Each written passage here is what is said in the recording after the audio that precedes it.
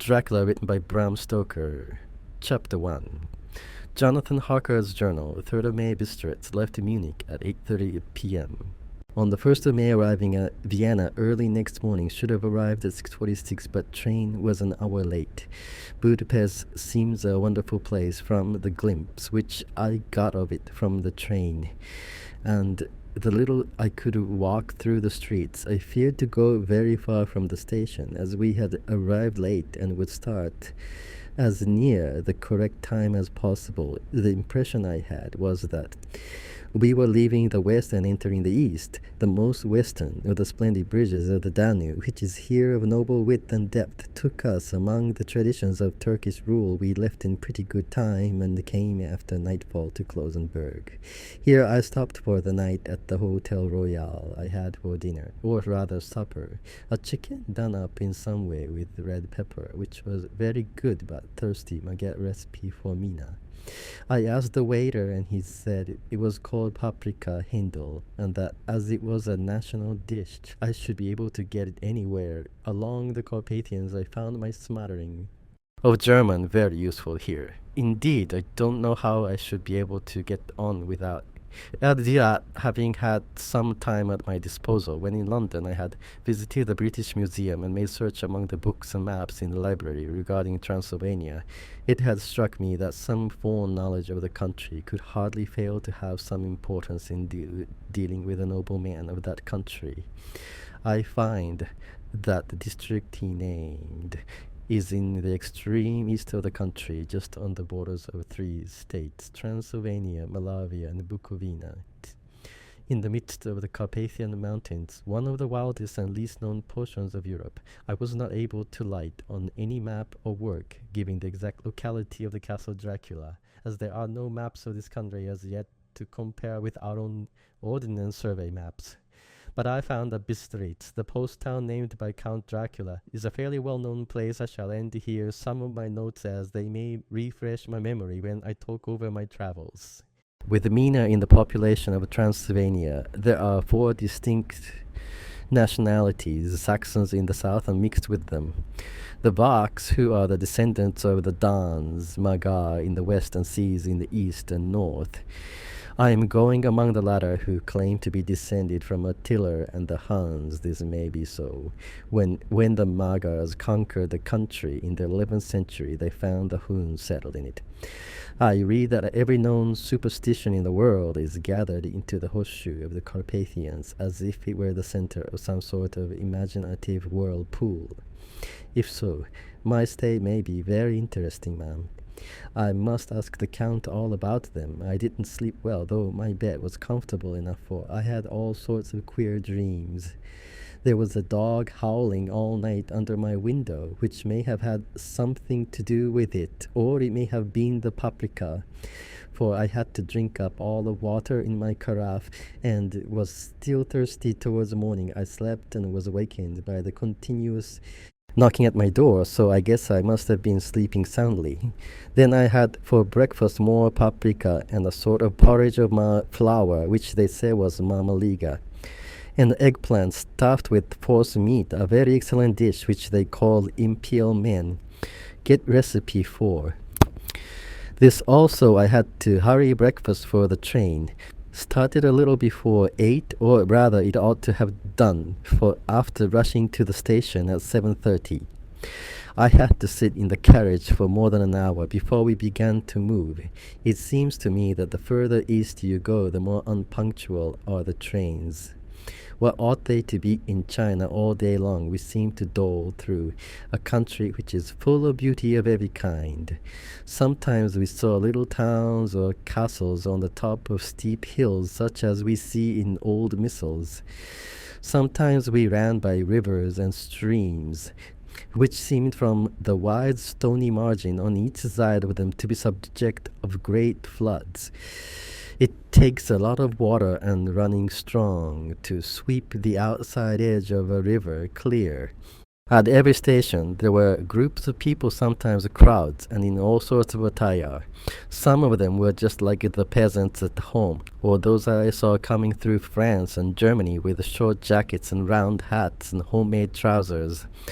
But others were very picturesque. The women looked pretty, except when you got near them, but they were very clumsy about the waist. They had all full white sleeves of some kind or other, and most of them had big belts with a lot of strips of something fluttering from them like the dresses in a ballet. But of course there were petticoats under them. The strangest figures we saw were the Slovaks, who were more barbarian than the rest, with their big cowboy hats, great baggy, dirty white trousers, white linen shirts, and enormous heavy leather belts, nearly a foot wide, all set over with brass nails. They wore high boots with their trousers tucked into them, and had long black hair and heavy black mustaches. They are very picturesque, but do not look esque. Prepossessing on the stage, they will be set down at once as some old oriental band of brigands. They are, however, told very harmless and rather wanting in natural self-assertion. It was on the dark side of twilight when we got to Bistritz, which is a very interesting old place. Being practically on the frontier for the Borgo Pass leads from it into Bavina. It has had a very stormy existence and certainly shows marks of it. 50 years ago, a series of great fires took place, which made terrible havoc on 5 separate occasions. At the very beginning of the 17th century, it underwent a siege of 3 weeks and lost 13. 0 people, the casualties of war proper being assisted by famine and disease. Count Dracula had directed me to go to the Golden Crown Hotel, which I found to my great delight to be thoroughly old-fashioned, for of course I wanted to see all I could with the ways of the country I was evidently expected. But when I got near the door, I faced a cheery-looking elderly woman in the usual peasant-dressed white undergarment, with a long double apron, front and back of colored stuff, fitting almost too tight for modesty. When I came close, she bowed and said, "The Englishman, yes," I said. "Jonathan Harker."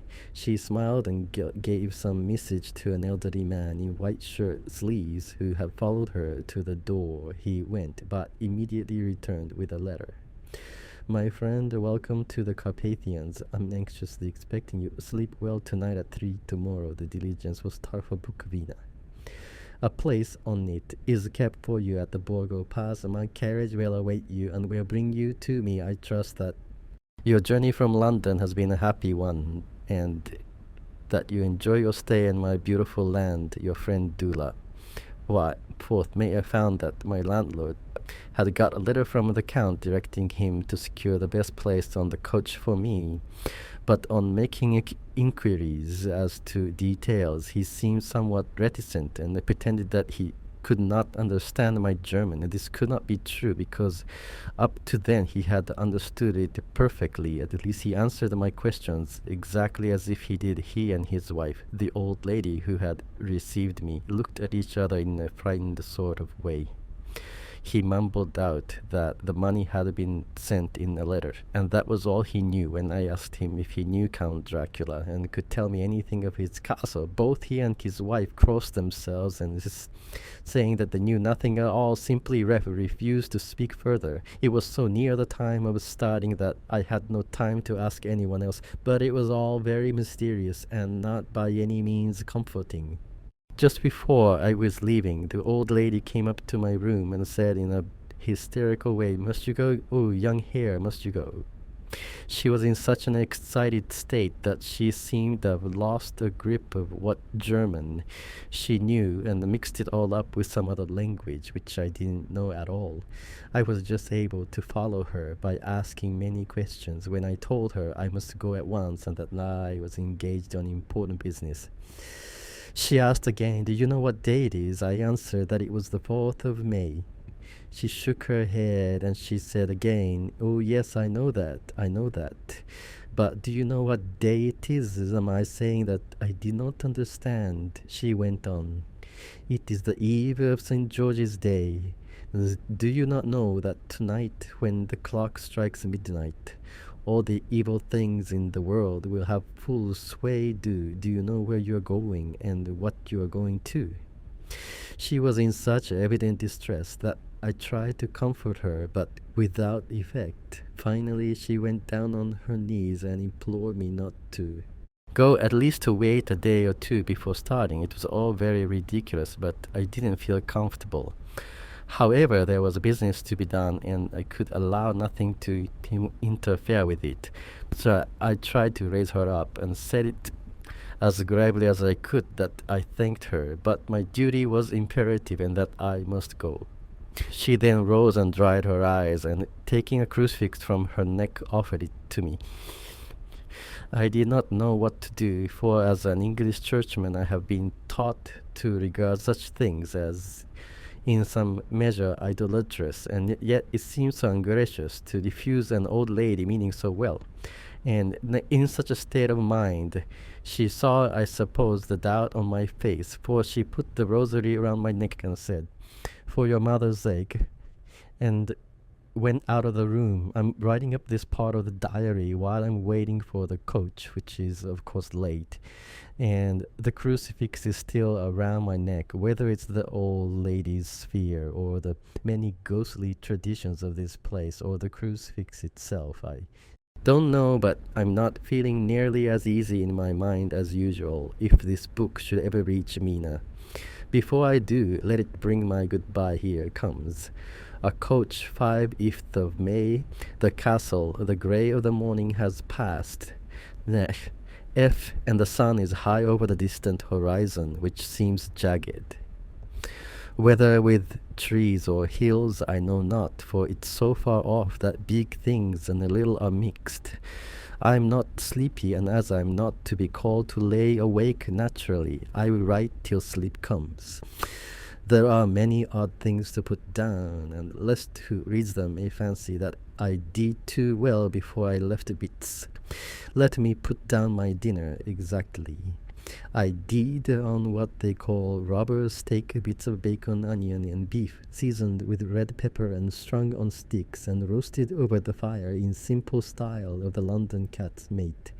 The wine was golden media, which produces a queer sting on the tongue, which is, however, not disagreeable. I had only a couple of glasses of this and nothing else. When I got on the coach, the driver had not taken his seat, and I saw him talking to the landlady. They were evidently talking of me, but every now and then they looked at me, and some of the people who were sitting on the bench outside the door came and listened, and then looked at me. Most of them, pityingly, I could hear a lot of words, often repeated queer words, for there were many nationalities in the crowd, so I quietly got my polyglot dictionary from my bag and looked them out. I must say they were not cheering to me, for amongst them were Orog, Satan, Pool, Hell, Stoa, Witch, Vok, and Vlok. Both mean the same thing, one being Slovak and the other Servian, for something that is either werewolf or vampire. I must ask the Count about these superstitions. When we started, the crowd read. The indoor, which had by this time swelled to a considerable size, all made the sign of the cross and pointed 2 fingers towards me.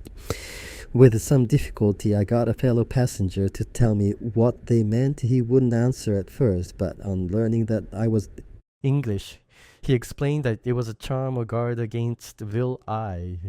It was not very pleasant for me, just starting for an unknown place to meet an unknown man. But everyone seemed so kind-hearted and so sorrowful and so sympathetic that I couldn't but be touched. I shall never forget the last glimpse which I had of the inn-yard and its crowd of picturesque figures all crossing themselves as they stood around the wide archway with its background of rich foliage of oleander and orange trees and green tubs clustered in the center of the yard. Then our driver, whose wide linen drawers covered the whole front of the box seat, Gotcha they called them, cracked his big whip over his 4 small horses, which ran abreast, and we set off on our journey. I soon lost sight in the recollection of ghostly fears in the beauty of the scene as we drove along. Although had I known the language, or rather languages which my fellow passengers were speaking, I might not have been able to throw them off so easily. Before us lay a green, sloping land full of forests and woods, with here and there steep hills crowned with colored clumps of trees, or with farmhouses the blanket. Gable end to the road, there was everywhere a bewildering mass of fruit blossom. Apple, plum, pear, cherry, and as we drove by I could see the green grass under the trees, spangled with the fallen petals in and out amongst these green hills of what they here call the M land. Ran the road, losing itself as it swept around the grassy curve, or was shut out by the straggling ends of pine woods, which here and there ran down the hillside like tongues of flame. The road was rugged, but we still seemed to fly over it with a feverish haste. I couldn't understand then what the haste meant, but the driver was evidently bent on losing no time in reaching Borgoprun. I was told that this road is in summertime excellent, but that it had not yet been put in order after the winter snows. In this respect, it is different from the general run of roads in the Carpathians, for it is in old tradition that they are not to be kept in too good order of old. The hospodars would not repair them lest the Turks should think that they were preparing to bring in foreign troops and so hasten the war, which was always really at loading point beyond the green swelling hills of the meadowland. Rose mighty slopes of forest up to the lofty steeps of the Carpathians, themselves right and left of us. They towered with the afternoon sun falling full upon them and bringing out all the glorious colors of this beautiful range, deep blue and purple in the shadows of the peaks, green and brown, where grass and rock mingled, and an endless perspective of jagged rock and pointed crags, till these were themselves lost in the distance, where the snowy peaks rose grandly here and there seemed mighty rifts in the mountains, through which, as the sun began to sink, we saw now and again the white gleam of falling water. One of my companions touched my arm as we swept around the base of a hill and opened up the lofty snow-covered peak of a mountain, which seemed as we wound on our serpentine way to be right before us. Look is God's seat, and he crossed himself reverently as we wound on our endless way, and the sun sank lower and lower behind us. The shadows of the evening began to creep around us. This was emphasized by the fact that the snowy mountain top still held the sunset and seemed to glow out with a delicate cool pink here and there. We passed Czechs and Slovaks all in picture attire, but I noticed that Goa was painfully prevalent. By the roadside were many crosses, and as we swept by, my companions all crossed themselves. Here and there was a peasant man or woman kneeling before a shrine, who didn't even turn round as we approached, but seemed in the self-surrender of devotion to have neither eyes nor ears for the outer world. There were many things new to me, for instance, HRI in the trees, and here and there very beautiful masses of weeping birch there, a white stem shining like silver through the delicate green of the leaves now and again. We passed the light of Argan, the ordinary peasant's cart, with its long snake-like vertebrae calculated to suit the inequalities of the road. On this was sure to be seated quite a group of homecoming peasants, the Czechs with their white and the Slovaks with their colored sheepskins, the latter carrying lance fashion, their long staves with axe at the end. As the evening fell, it began to get very cold, and the growing twilight seemed to merge into one dark mistiness. The gloom of the trees, oak, beech, and pine, though in the valleys which ran deep between the spurs of the hills as we ascended to the pass. The dark fir stood out here and there against the background of late ling snow sometimes, as the road was cut through the pine woods that seemed in the distance to be closing down upon us great masses of greyness, which here and there bestrew the trees, produced a peculiarly weird and solemn effect, which carried on the thoughts and grim fancies engendered earlier in the evening, when the falling sunset threw into strange relief the ghost-like clouds, which amongst the Carpathians seemed to wind ceaselessly through the valleys. Sometimes the hills were so steep that, despite our driver's haste, the horses could only go slowly. I wished to get down and walk up them as we do at home, but the driver wouldn't hear of it. No, he said, You mustn't walk here, the dogs are too fierce. And then he added was what he evidently meant for grim pleasantry for. He looked around to catch the approving smile of the rest. And you may have had enough of such matters before you go to sleep. The only stop he would make was a moment's pause to light his lamps when it grew dark. There seemed to be some excitement amongst the passengers, and they kept speaking to him one after the other as though urging him to further speed. He lashed the horses unmercifully with his long whip, and with wild cries of encouragement urged them on to further exertions. Then through the darkness I could see a sort of patch of grey light ahead of us, as though there were a cleft in the hills. The excitement of the passengers grew greater.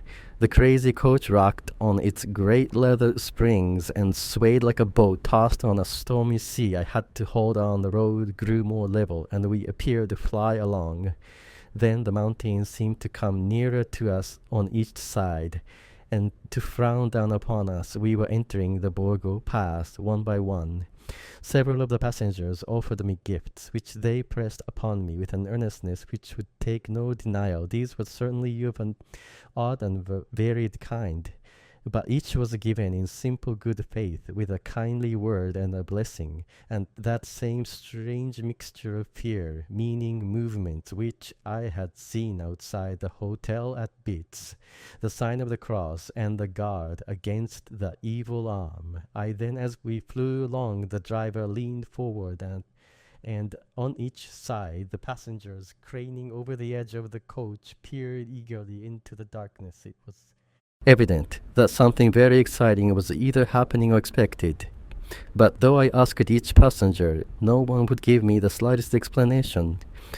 This state of excitement kept on for some little time, and at last we saw before us the pass opening out on the eastern side. There were dark rolling clouds overhead, and in the air the heavy oppressive sense of thunder. It seemed as though the mountain range had separated two atmospheres, and that now we had got into the thunderous one. I was now myself looking out for a conveyance which was to take me to the Count each moment. I expected to see the glare of lamps through the blackness, but all was dark. The only light was the flickering rays of our own lamps, in which the steam from our hard-driven horses rose in a white cloud. We could see now the sandy road lying white before us, but there was on it no sign of a vehicle. The passengers drew back with a sigh of gladness which seemed to mock my own disappointment. I was already thinking what I had best do when the driver, looking at his watch, said to the other something which I could hardly hear. It was spoken so quietly and in so low a tone I thought it was an hour less than the time. Then, turning to me, he spoke in German worse than my own. There is no carriage here. The hare is not expected after all. He will now come on to Bukovina and return tomorrow, the next day, better the next day.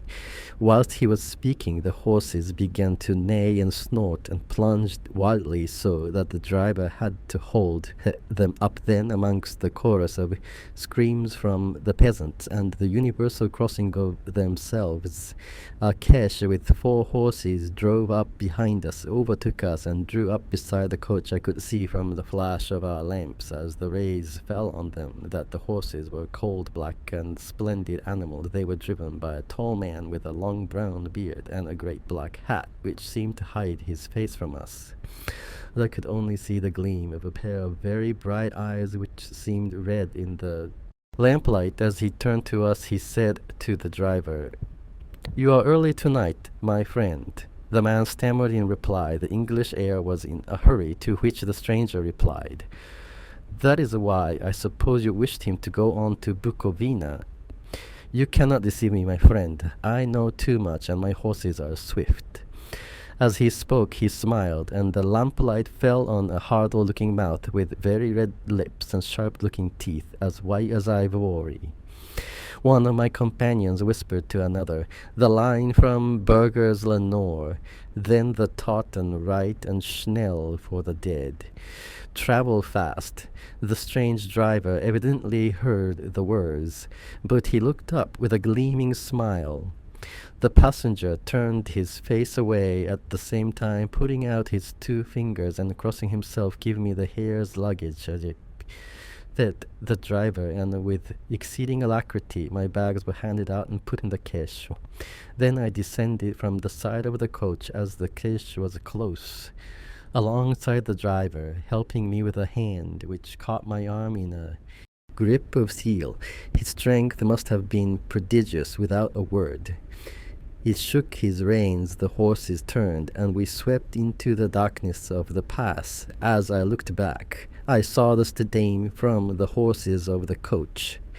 By the light of the lamps, and projected against it, the figures of my lot companions, crossing themselves. Then the driver cracked his whip and called to his horses, and off they swept on their way to Bavina. As they sank into the darkness, I felt a strange chill and a lonely feeling come over me, but a cloak was thrown over my shoulders and a rug across my knees, and the driver said in excellent German, "The night is chill, mein Herr, and my master at the Count PA me to take all care of you. There is a flask of Soviet, the plum brandy of the country, underneath the seat, if you should require it." I did not take any, but it was a comforter. Not was there. All the same, I felt a little strangely, and not a little frightened. I think, had there been any alternative, I should have taken it instead of prosecuting that unknown night journey. The carriage went at a hard pace straight along. Then we made a complete turn and went along another straight road. It seemed to me that we were simply going over and over the same ground again. And so I took note of some salient point and found that this was so. I would have liked to have asked the driver what this all meant, but I really feared to do so, for I thought that, placed as I was, any protest would have had no effect in case there had been an intention to delay. By and by, however, as I was curious to know how time was passing, I struck a match, and by its flame looked at my watch. It was within a few minutes of midnight. This gave me a sort of shock, for I suppose the general superstition about midnight was increased by my recent experiences. I waited with a sick feeling of suspense. Then a dog began to howl somewhere in a farmhouse down the road, a long agonized wailing as if from fear. The sound was taken up by another dog, and then another, and another, till borne on the wind, which now sighed softly through the pass. A wild howling began, which seemed to come from all over the country, as far as the imagination could grasp it through the gloom of the night. At the first howl, the horses began to strain and rear, but the driver spoke to them soothingly, and they quieted down, but shivered and sweated, as though after a runaway from sudden fright. Then far off in the distance from the mountains, on each side of us, began a louder and a sharper howling, that of wolves, which affected both the horses and myself in the same way. For I was minded to jump from the KES and run, whilst they reared again and plunged madly, so that the dry had to use all his great strength to keep them from bolting in a few minutes. However, my own ears got accustomed to the sound, and the horse so far became quiet that the driver was able to descend, and that to stand before them. He petted and soothed them, and whispered something in their ears, as I have heard of horse tamers doing, and with extraordinary effect, but under his caresses they became quite manageable again, though they still trembled. The driver again took his seat, and shaking his reins, started off at a great pace. This time, after going to the far side of the pass, he suddenly turned down a narrow roadway which ran sharply to the right. Soon we were hemmed in with trees, which in places arched right over the roadway till we passed us through. tunnel, and again great frowning rocks guarded us boldly on either side. Though we were in shelter, we could hear the rising wind, for it moaned and whistled through the rocks, and the branches of the trees crashed together as we swept along. It grew colder and colder still, and fine powdery snow began to fall, so that soon we and all around us were covered in a white blanket. The keen wind still carried the howling of the dogs, though this grew fainter. As we went on our way, the baying of the wolves sounded nearer and nearer, as though they were closing round on us from every side. I grew drool afraid, and the horses shared my fear. The driver, however, was not in the least disturbed. He kept turning his head to left and right. But I couldn't see anything through the darkness. Suddenly, away on our left, I saw a faint, flickering blue flame. The driver saw it in the same moment. He at once checked the horses and, jumping to the ground, disappeared into the darkness. I didn't know what to do the less as the howling of the wolves grew closer. But while I wondered, the driver suddenly appeared again and without a word took his seat, and we resumed our journey. I think I must have fallen asleep and kept dreaming of the incident, for it seemed to be repeated endlessly, and now looking back it is like a sort of awful nightmare. Once the flame appeared so near the road that even in the darkness around us I could watch the driver's motions. He went rapidly to where the blue flame arose. It must have been very faint, for it didn't seem to illuminate the place around it at all, and gathering a few small stones formed them into some device. Once there appeared a strange optical effect when he stood between me and the flame. He did not obstruct it, for I could see its ghostly flicker all the same. This startled me, but the effect was only momentary. I took it at my eyes deceiving me, straining through the darkness. Then for a time there were no blue flames. We spread onwards through the gloom, with the howling of the wolves around us, as though they were following in a moving circle. At last there came a time when the driver went further afield than he had yet gone, and during his absence the horses began to tremble worse than ever and to snort and scream with fright. I couldn't see any cause for it, for the howling of the wolves had ceased altogether. But just then the moon, sailing through the black clouds, appeared behind the jagged crest of a beetling pine cloud rock, and by its light I saw around us a ring of wolves with white teeth and lolling red tongues, with long sinewy limbs and shaggy hair. They were, and times more terrible in the grim silence which held them than ever. When they had howled for myself, I felt a sort of paralysis of fear. It is only when a man feels himself face to face with such horrors that he can understand their true import all at once. The wolves began to howl, as of the moonlight had had some peculiar effect on them. The horses jumped about and reared and looked helplessly around, with eyes that rolled in a way painful to see, but the living ring of terror encompassed them on every side, and they had perforce to remain within it. I called to the coachman to come for it. It seemed to me that our only chance was to try to break out through the ring, and to aid his approach, I shouted and beat on the side of the caleche, hoping by the noise to scare the wolves from the side, so as to give him a chance of reaching the trap.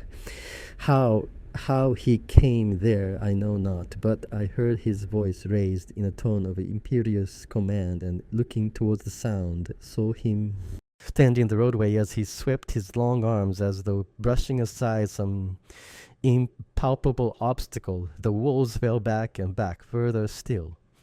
Just then a heavy cloud passed across the face of the moon, so that we were again in darkness. When I could see again, the driver was climbing into the siege in the wood. Wolves disappeared. This was all so strange and uncanny that a dreadful fear came upon me, and I was afraid to speak or move. The time seemed interminable. As we swept on our way, now in almost complete darkness, with the rolling clouds obscured the moon, we kept on ascending, with occasional periods of a quick descent.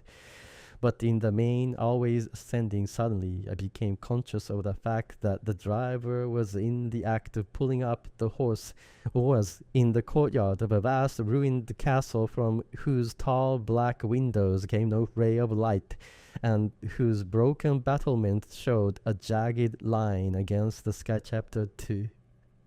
Jonathan Harker's journal continued 5th of May.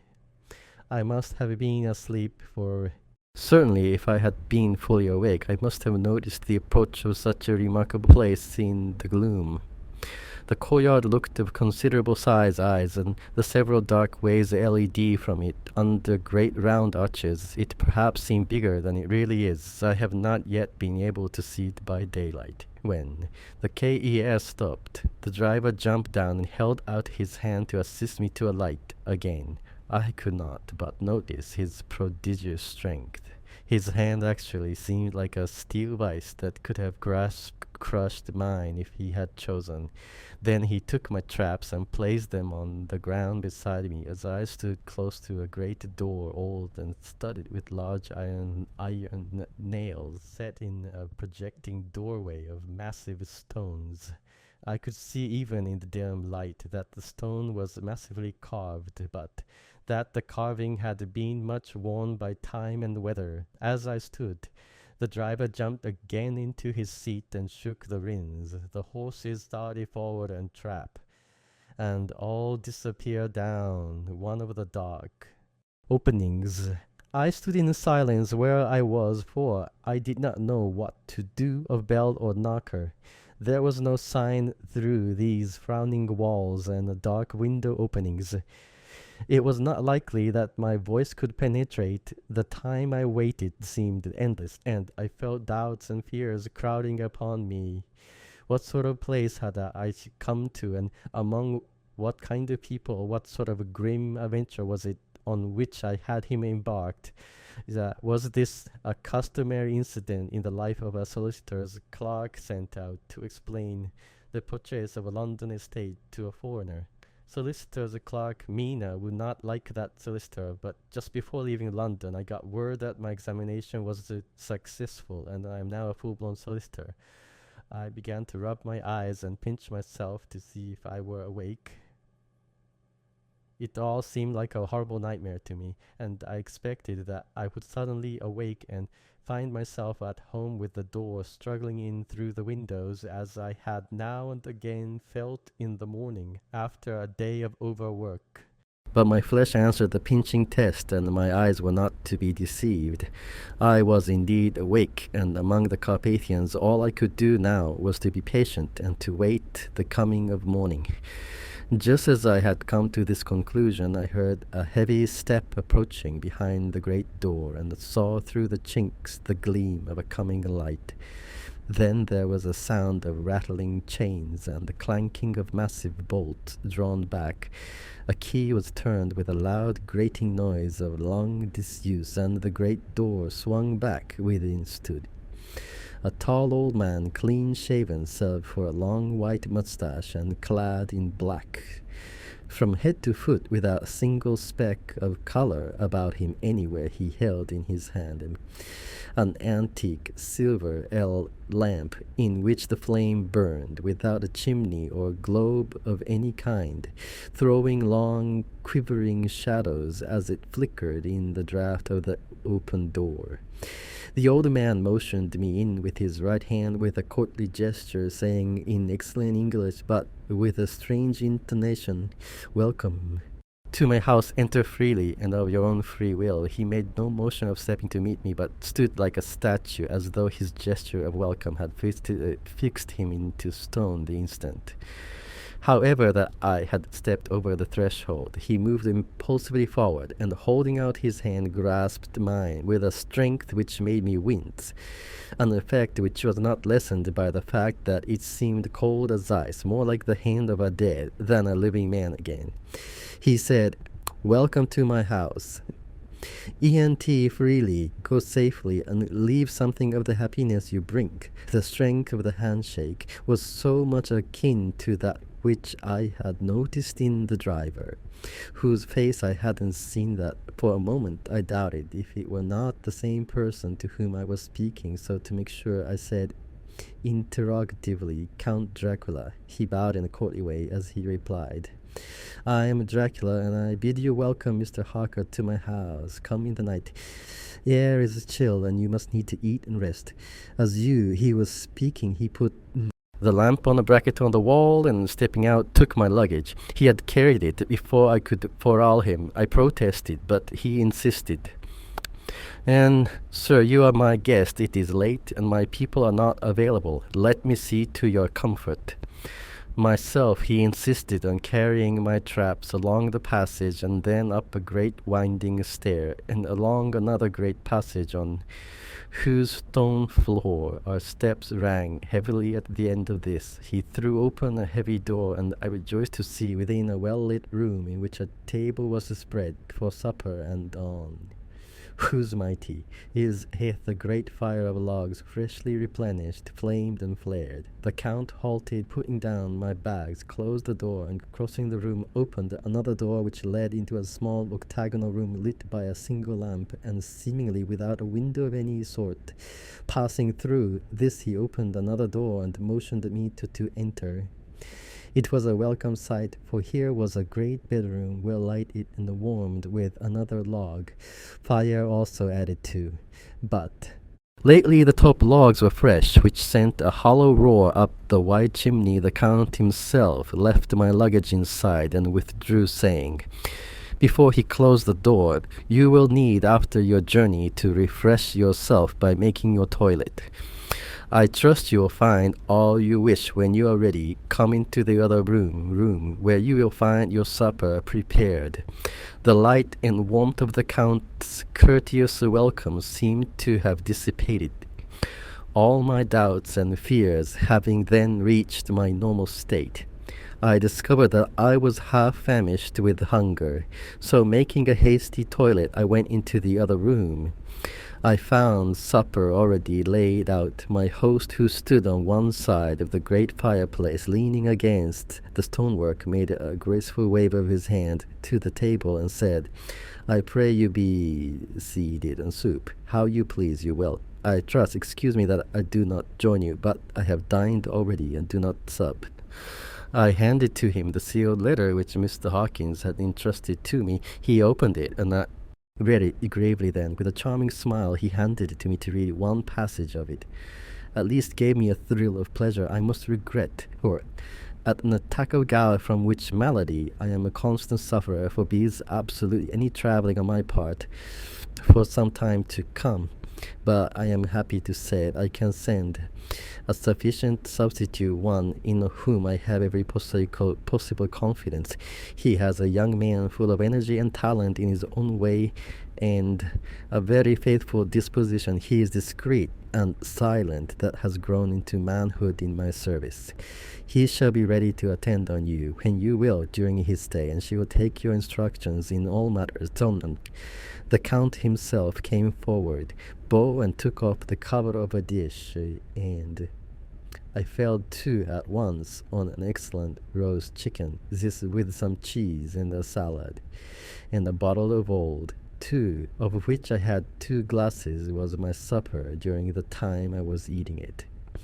The Count asked me many questions as to my journey, and I told him by degrees all I had experienced. By this time I had finished my supper, and by my host's desire had drawn up a chair by the fire and began to smoke a cigar which he offered me, at the same time excusing himself that he did not smoke. I had now an opportunity of observing him, and found him of a very marked physique. His face was a very strong aquiline, with the high bridge of the thin nose and a peculiarly arched nostrils, with a lofty domed forehead, and hair growing scantily around the temples but profusely elsewhere. His eyebrows were massive, almost meeting over the nose, and with bushy hair that seemed to curl in its own profusion. The mouth, so far as I could see it under the heavy mustache, was fixed and rather cruel-looking, with peculiarly sharp white teeth. These protruded over the lips whose remarkable ruddiness showed astonishing vitality in a man of his years. For the rest, his ears were pale and at the tops extremely pointed. The chin was broad and strong, and the cheeks firm, though thin. The general effect was one of extraordinary pallor. Hitherto I had not noticed the backs of his hands as they lay on his knees in the firelight, and they had seemed rather white and fine, but seeing them now close to me, I could not but notice that they were rather coarse broad, with squat fingers. Strange to say, there were hairs in the center of the palm. The nails were long and fine, and cut to a sharp point, as the Count leaned over me, and his hands touched me. I could not repress a shudder. It may have been that his breath was rank, but a horrible feeling of nausea came over me, which, do what I would, I could not conceal. The Count, evidently noticing it, drew back, and with a grim sort of smile which showed more than he had yet done of his protuberant teeth, sat himself down again on his own side of the fireplace. We were both silent for a while, and as I looked towards the window, I saw the first dim streak of the coming dawn. There seemed a strange stillness over everything. But as I listened, I heard, as if from down below in the valley, the howling of many wolves. The sea's eyes gleamed, and he said, "Listen to them, the children of the night, what music they make us sing." I suppose some expression in my face, strange to him. He added, "Sir, you dwellers in the city cannot enter into the feelings of the hunter." Then he rose and said, "But you must be tired. Your bedroom is already ready, and tomorrow you shall sleep as late as you will. I have to be away till the afternoon, so sleep well and dream well." With a courteous bow, he opened for me himself the door to the octagonal room. When I entered my bedroom, I am all in a sea of wonders. I doubt, I fear, I think strange things which I dare not confess to my own soul. God keep me, if only for the sake of those dear to me. 7th May, it is again early morning, but I have rested and enjoyed the last 4 hours. I slept till late in the day, and awoke of my own accord when I had dressed myself. I went into the room where we had SED, and found a cold breakfast laid out with the coffee, kept hot by the pot being placed on the hearth. There was a card on the table on which was written, "I have to be absent for a while. Do not wait for me, D." I sat too and enjoyed a hearty meal. When I had done, I looked for a bell so that I might let the servant know I had finished, but I couldn't find one. There are certainly odd deficiencies in the house, considering the extraordinary evidences of wealth which around me. The table services of gold and so beautifully wrought that it must be of immense value. The curtains and upholstery of the chairs and sofas and the hangings of my bed are of the costliest and most beautiful fabrics, and they must have been of fabulous value when they were made, for they are centuries old, though in excellent order. I saw something like them in Hampton Court, but they were worn unrayed and worn, but still in none of the rooms is there a mirror. There is not even a toilet glass on my table, and I had to get the little shaving glass from my bag before I could either shave or brush my hair. I have not yet seen a servant anywhere, or heard a sound near the castle, except the howling of wolves some time after I had finished my meal. I do not know whether to call it breakfast or a dinner, for it was between 5 and 6 hours when I had it. I looked about for something to read, for I did not like to go about the castle until I asked the Count's permission. There was absolutely nothing in the room but book, newspaper, or even writing materials. So I opened another door in the room and found a sort of library. The door opposite mine I tried, but found locked in the library. I found, to my great delight, a vast number of English books, whole shelves full of them, and bound volumes of magazines and newspapers. A table in the center was littered with English magazines and newspapers.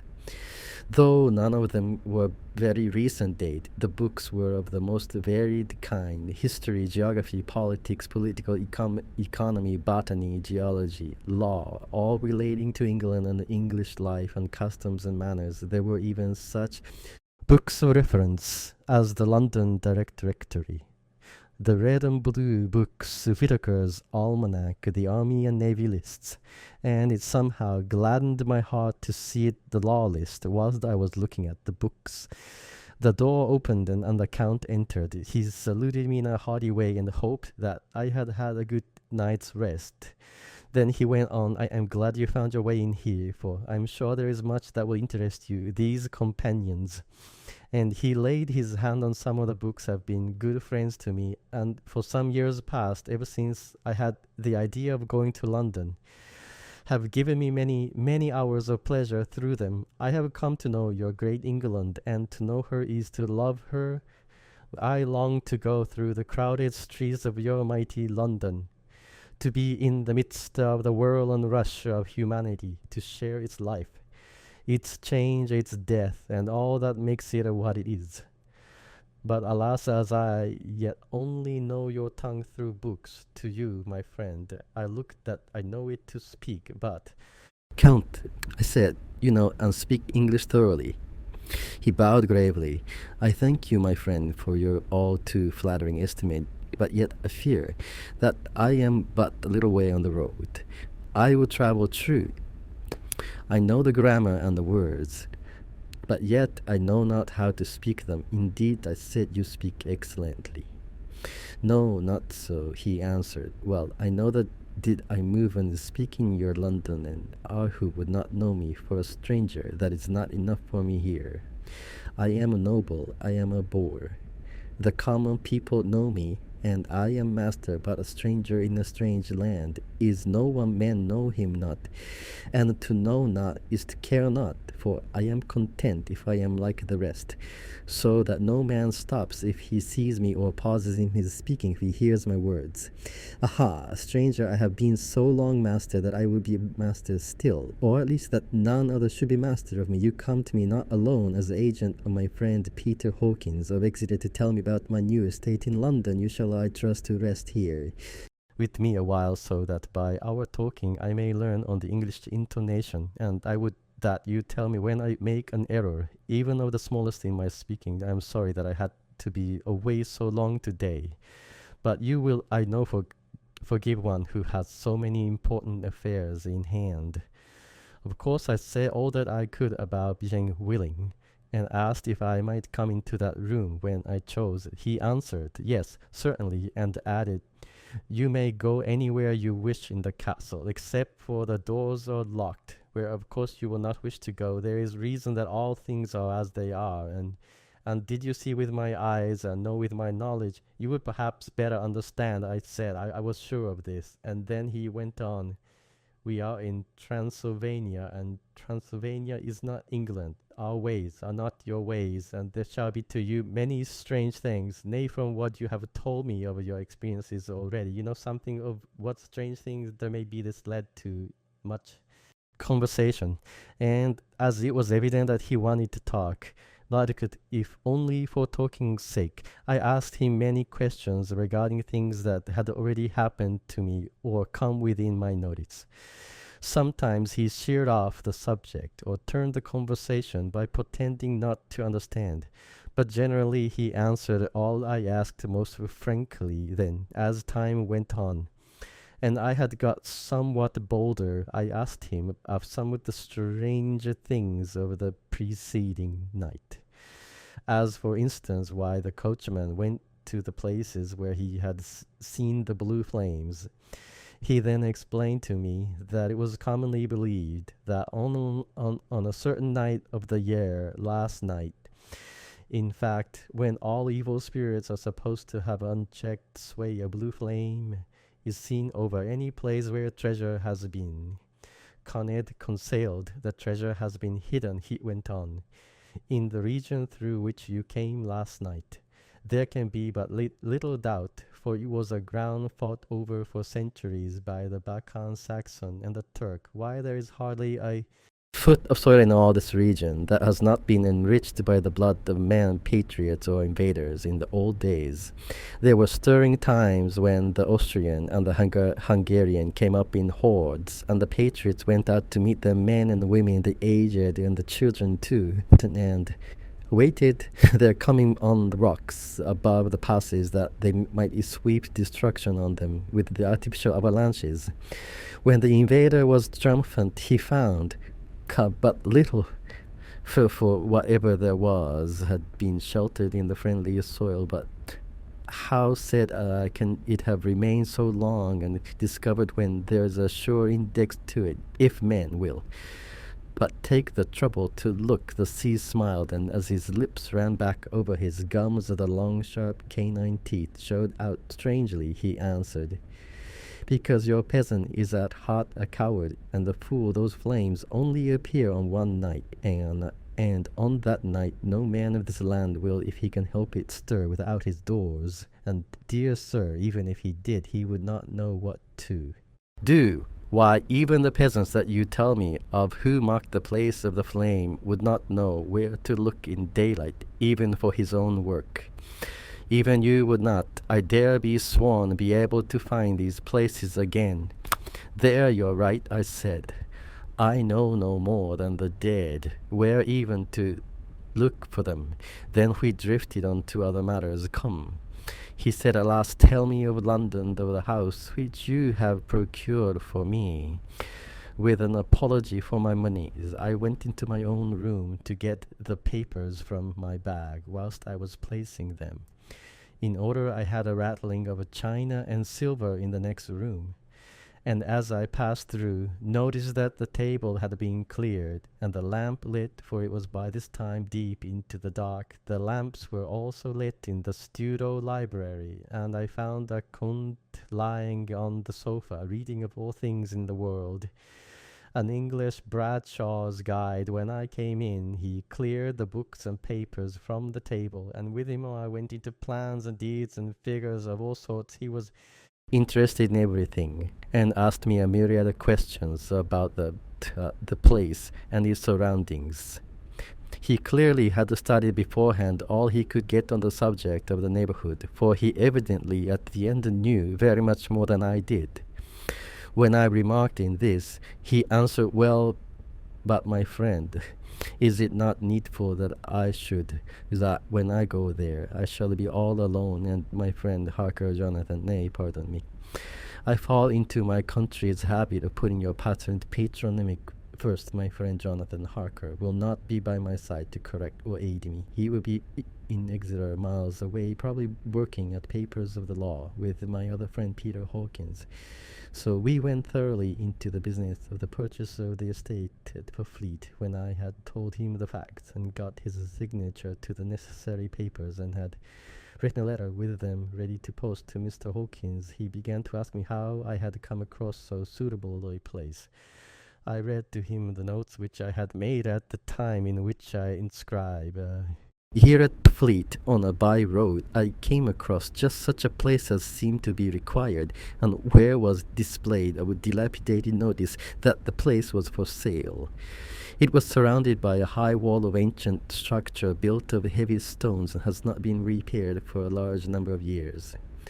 The closed gates are of a heavy old oak and are all eaten with rust. The estate is called Carfax, no doubt, a corruption of the old katas, as the house is four-sided, agreeing with the cardinal points of the compass it contains in all some 20 acres, quite surrounded by the solid stone wall above mentioned. There are many trees on it, which make it in places gloomy, and then there is a deep, dark-looking pond or a small lake, evidently fed by some springs, as the water is clear and flows away in a fair-sized stream. The house is very large, and of all periods back, I should say, to medieval times. But one part is of stone immensely thick, with only a few windows high up and heavily barred with iron. It looks like a part of a keep, and it's close to an old chapel or church. I could not enter it, as I had not the key of the door leading to it from the house, but have taken with my kodak views of it from various points the house had been added to, but in a very straggling way, and I can only guess at the amount of ground it covers, which must be very great. There are but few houses close at hand, one being a very large house, only recently added to and formed into a private lunatic asylum. It is not, however, visible from the grounds. When I had finished, he said, I am glad that it is old and big. I myself am of an old family, and to live in a new house would kill me. A house cannot be made habitable in a day, and after all, how few days go to make up a century. I rejoice also, though, that there is a chapel of old times. We Transylvanian nobles love not to think that our bones may lie amongst the common dead. I seek not gay nor mirth, not the bright voluptuousness of much sunshine and sparkling waters, which please the young and gay. I am no longer young, and my heart, through weary years of mourning over the dead, is attuned to mirth. Moreover, the walls of my castle are broken, the shadows are many, and the wind breathes cold through the broken battlements and casements.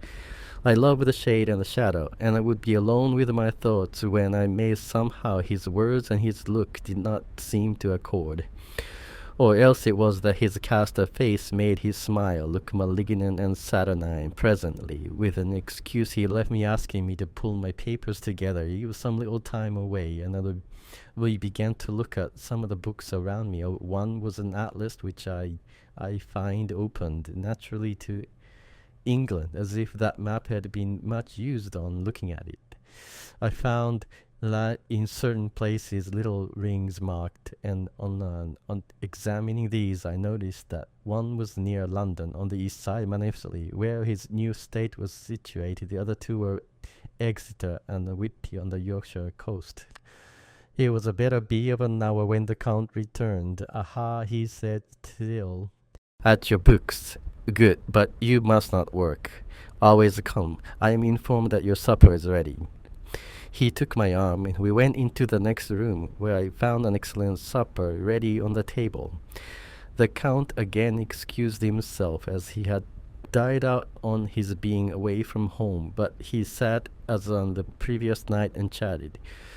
Whilst I ate, after supper I smoked as on the last evening, and the Count stayed with me chatting and asking questions on every conceivable subject. Hour after hour, I felt that it was getting very late indeed, but I didn't say anything, for I felt under obligation to meet my host's wishes in every way. I was not sleepy, as a long sleep yesterday had fortified me, but I could not help experiencing that chill which comes over one at the coming of dawn, which is like, in its way, the turn of the tide. They say that people who are near death die generally at the change to dawn, or at the turn of the tide. Anyone who has, when tired and tired as it were to his post, experienced this change in the atmosphere can well believe it all at once. We heard the crow of the coming up with a pretty natural shrillness through the clear morning air. Count Dracula, jumping to his feet, said, "Why, there is the morning again. How remiss I am to let you stay up so long. You must make your conversation regarding my dear new country of England less interesting, so that I may not forget how time flies by us." And with a courtly bow, he quickly left me. I went into my room and drew the curtains, but there was little to notice. My window opened into the courtyard. All I could see was the warm grey of quickening sky, so I pulled the curtains again, and have the written over this day, 8th May. I began to fear, as I wrote in this book, that I was getting too diffuse, but now I'm glad that I went into detail from the first. But there was something so strange about this place, and all in it, that I cannot but feel uneasy. I wish I was safe out of it, or that I had never come. It may be that this strange night existence is telling on me, but would that were all. If there were anyone to talk to, I could bear it, but there is no one. I have only the Count to speak with, and I fear I am myself the only living soul within the place. Let me be prosaic so far as the facts can be, because it will help me to bear up, and imagination must not run right with me. If he does, I'm lost. Let me say at once how I stand or seem to. I only slept a few hours when I went to bed, and I went, feeling that I couldn't sleep anymore, got up. I had hung my shaving glass by the window and was just beginning to shave suddenly. I felt a hand on my shoulder and heard the Count's voice saying to me, "Good morning." I started, for it amazed me that I hadn't seen him since the reflection of the glass covered the whole room behind me. And starting, I cut myself slightly, but didn't notice it at the moment. Having answered the Count's salutation, I turned to the glass again to see how I had been mistaken this time. There could be no error, for the man was close to me, and I could see him over my shoulder, but there was no reflection of him in the mirror. The whole room behind me was displayed, but there was no sign of a man in it except myself. This was darling, and coming on the top of so many strange things was beginning to increase that vague feeling of uneasiness which I always have when the Count's near. But at the instant I saw that the cut had bled a little, and the blood was trickling over my chin. I laid down the razor, turning as I did so half round to look for some sticking plaster, when the Count saw my face. His eyes blazed with a sort of demoniac fury, and he suddenly made a grab at my throat. I drew away, and his hand touched the string of beads which held the crucifix. It made an instant change in him, for the fury passed so quickly that I could hardly believe it was ever there. "Take care," he said. "Take care how you cut yourself. It is more dangerous than you think in this country." Then, seizing the shaving glass, he went on, "And this is the wretched thing that has done the mischief. It is foul BBL of man's vanity. Away with it." And opening the window with one wrench of his terrible hand, he flung out the glass, which was shattered into 1,000 pieces on the stones of the courtyard far below. Then he withdrew without a word. It is very annoying, for I do not see how I am to shave unless my watch case are at the bottom of the shaving pot, which is fortunately of metal. When I went into the dining room, breakfast was prepared, but I couldn't find the Count anywhere, so I breakfasted alone. It is strange that as yet I have not seen the Count eat or drink. He must be a very peculiar man after breakfast. I did a little exploring in the castle. I went out on the stairs and found a room looking towards the south. The view was magnificent, and from where I stood there was every opportunity of seeing it. The castle is on the very edge of a terrific precipice. A stone falling from the window would fall 1,000 feet without touching anything as far as the eye can reach. Is a sea of green treetops, with occasionally a deep rift where there is a chasm here, and there are silver threads where the rivers wind, and deep gorges through the forests. But I am not in heart to describe the beauty, for when I had seen the room I explored further doors everywhere, and all locked and bolted. In no place save from the windows and the castle walls is there an available exit. The castle is a veritable prison, and I am a prisoner.